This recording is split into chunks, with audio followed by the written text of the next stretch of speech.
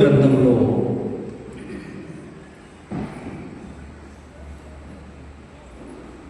మరియమ్మ, జోజప్ప వీరిద్దరూ ఎన్నిసార్లు మాట్లాడుతున్నారు? బైబిల్ గ్రంథంలో మరియ తల్లి మరియు జోజప్ప గారు ఎన్నిసార్లు మాట్లాడుకున్నట్టు మనము బైబిల్ గ్రంథంలో చూస్తాము. ఎవరైనా తెలిసిన వాళ్ళు ఉంటే కన్నా 2 సార్లు 3 సార్లు కావాలి, లేకపోతే ఏమైనా ఉంటే కన్నా చెప్పచ్చు.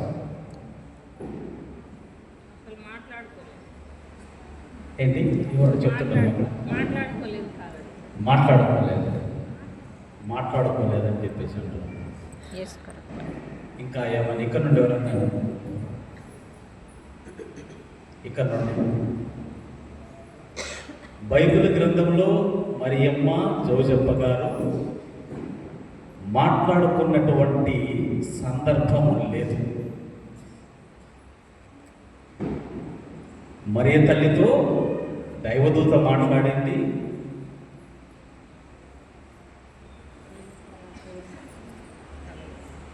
దేవుని యొక్క వాణి వినింది. యేసేపుతో, జోజప్పతో ప్రభువు దూత కలలో కనపడి సందేశం ఇచ్చింది. కానీ వారు ఇరువురు మాట్లాడినటువంటి దాఖలాలు లేవు. నిద్రపోతే మధ్యలో పాట పాడుకున్నాం. దయచేసి ఎవరు కూడా నిద్రపోవద్దు. సంవత్సరంలో మొదటి రోజు, మొదటి క్షణాల్లో మనం ఉన్నాం, మొదటి గడియల్లో మనం ఉన్నాం. ఒకరిని ఇద్దరు నిద్రపోయి చూస్తే కానీ ఒక పాట పాడుకుందాం. మధ్యలో ప్రసంగం ఎక్కువసేపు అయిపోతుంది. ఓకే, ఆదికాండం మొదలుకొని పాత నిబంధన గ్రంథంలో చివరి పుస్తకం ఏంటి? చివరి గ్రంథం పాత నిబంధన గ్రంథంలో చివరి గ్రంథం ఏంటి? మలాకీ గ్రంథము. ఆదికాండము మొదలుకొని మలాకీ గ్రంథం వరకు దేవుడు ప్రజలందరికీ కూడా ఒక సందేశాన్ని ఇచ్చాడు. ఆ సందేశం ఏమిటి అని అంటే, మీకు ఒక శాంతికరుడైనటువంటి రాజు రాబోతూ ఉన్నాడు, మీకు ఒక శాంతినివ్వబోతూ ఉన్నాడు, ప్రపంచానికి ఒక శాంతినివ్వబోతూ ఉన్నాడు. ఆయన మిమ్మల్ని సరైనటువంటి మార్గంలో మిమ్మల్ని నడిపిస్తాడు అని చెప్పేసి తన ప్రవక్తల ద్వారా దేవుడు తన యొక్క సందేశాన్ని ప్రజలకు వినిపించటం జరిగింది. ప్రవక్తల ద్వారా, ప్రతినిధుల ద్వారా, న్యాయాధిపతుల ద్వారా ఈ సందేశాన్ని ఇవ్వడం జరిగింది. మలాకీ గ్రంథం వరకు జరిగినటువంటి సంఘటన ఇవన్నీ కూడా. మలాకీ గ్రంథం తర్వాత దేవుడు మొట్టమొదటిసారి 400 సంవత్సరాలు మౌనంగా ఉన్నాడండి. మలాకీ గ్రంథం తర్వాత దేవుడు మొట్టమొదటిసారి 400 సంవత్సరాలు మౌనముగా ఉండి, 400 సంవత్సరాల తరువాత ఒక పుణ్య స్త్రీని ఎన్నుకొని, ఒక పవిత్రమైనటువంటి పుణ్యమూర్తిని ఎన్నుకొని ఆ తల్లి ద్వారా ఈ లోకానికి ఒక శాంతికరుడైనటువంటి రాజును తీసుకొని వచ్చాడు. చీకట్లను చిదిమి వేస్తూ, ఈ లోకంలో ఉన్నటువంటి పాపాన్ని తొలగిస్తూ, ఈ లోకంలో ఉన్నటువంటి చీకటిని తొలగిస్తూ, వెలుగు శాంతికరుడైనటువంటి ఒక రాజును, మరియ తల్లి ఈ లోకానికి తీసుకొని వచ్చింది. ఇంకా కొంచెం మనం ముందుకు వెళ్ళి ఇంకొక మాట మాట్లాడుకుంటే, దేవుడు ఈ లోకానికి రావటానికి ఎన్నో మార్గాలు ఉన్నాయి. కానీ దేవుడు ఈ లోకానికి రావడానికి సైతము తల్లి అవసరమైంది. తల్లి లేకుండా దేవుడే లేడు. తల్లి లేకుండా దేవుడే లేడు. సాక్షాత్తు ఆకాశం నుండి గబాలున వచ్చి ఈ భూమి పైన దేవుడు పడిండవచ్చు, కానీ అలా జరగలేదు. తల్లి ద్వారానే, తల్లి యొక్క గర్భము ద్వారానే దేవుడు ఈ లోకానికి ఒక వెలుగును, ఒక శాంతిని, ఒక శాంతికరమైనటువంటి రాజును తీసుకొని వచ్చాడు. ప్రియమైనటువంటి సహోదరి సహోదరుడా, ఈ లోకంలో ఈ బైబిల్ గ్రంథాన్ని మనము శ్రద్ధగా ఆలకించి చూసినట్లయితే ఇద్దరు పుణ్య స్త్రీలు, చాలామంది పుణ్య స్త్రీలు ఉన్నారు, చాలామంది పుణ్య స్త్రీలు ఉన్నారు. ఇద్దరు స్త్రీల గురించి మనము మాట్లాడుకోవాలి. ఆ ఇద్దరు స్త్రీలు ఎవరంటే, మొదట ఏవమ్మ, తరువాత మరియమ్మ. ఏవమ్మ ద్వారా ఈ లోకానికి పాపము వస్తే మరియ తల్లి ద్వారా ఈ లోకానికి రక్షణ వచ్చింది. నీవు నేను ఇంకా జీవముతో ప్రాణముతో ఉన్నామంటే ఆ రక్షణ ఉంది కాబట్టే. ఇమ్మానువేల్, గాడ్ విత్ us, దేవుడు నీతో నాతో మనందరితో, మేము గురువులు ఎంత మాత్రాన మేమేం గొప్పలం కాదు. దేవుడు మనందరితో ఉన్నాడు కాబట్టి ఇంకా జీవముతో నీవు నేను మనమందరం కూడా ఉంటూ ఉన్నాం, ప్రాణంతో ఉంటూ ఉన్నాం. అందుకోసమే గాడ్ విత్ us, ఇమ్మానువేలు, దేవుడు మనతో ఉన్నాడు అని దాని యొక్క అర్థము. ప్రియమైనటువంటి సహోదరి సహోదరుడా, యేసు ప్రభువును మరియ తల్లి గర్భాన మోస్తే మనమందరము యేసు ప్రభువును, బాల యేసును మన యొక్క హృదయాల్లో మోస్తూ ఉన్నాం. ఎంత భాగ్యం అండి మనకు. పాత నిబంధన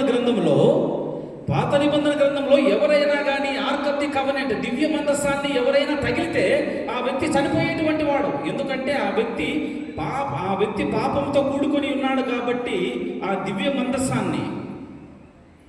మందసంలో ఏమేమి ఉండేటువంటివి వస్తువులు ఎవరు చెప్తారు?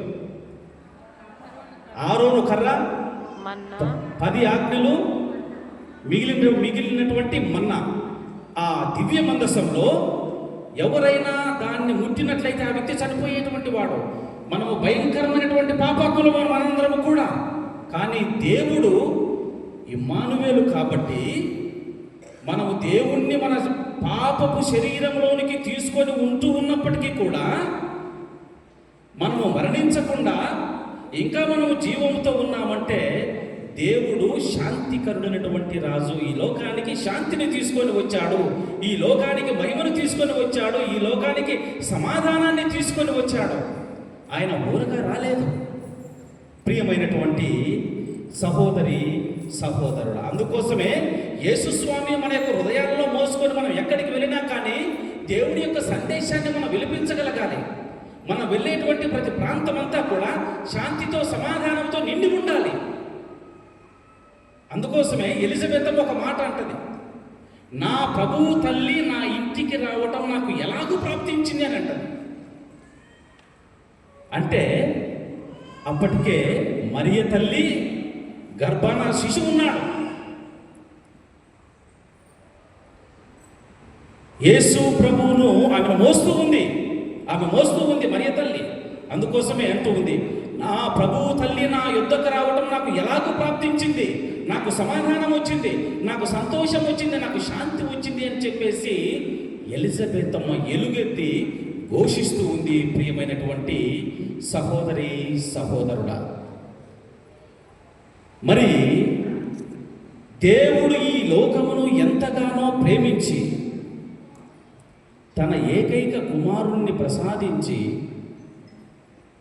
ఈ లోకానికి పంపిస్తే ఈ లోకము క్రూరంగా, అతి క్రూరంగా సాక్షాత్తు దేవుణ్ణి చంపివేసింది. పరలోకమని, భూలోకమని, పాతాళ లోకమని మనకు 3 లోకాలు ఉన్నాయి కదా. విన్నాం కదా మనం 3 లోకాలు ఉన్నాయని. 3 లోకాలు.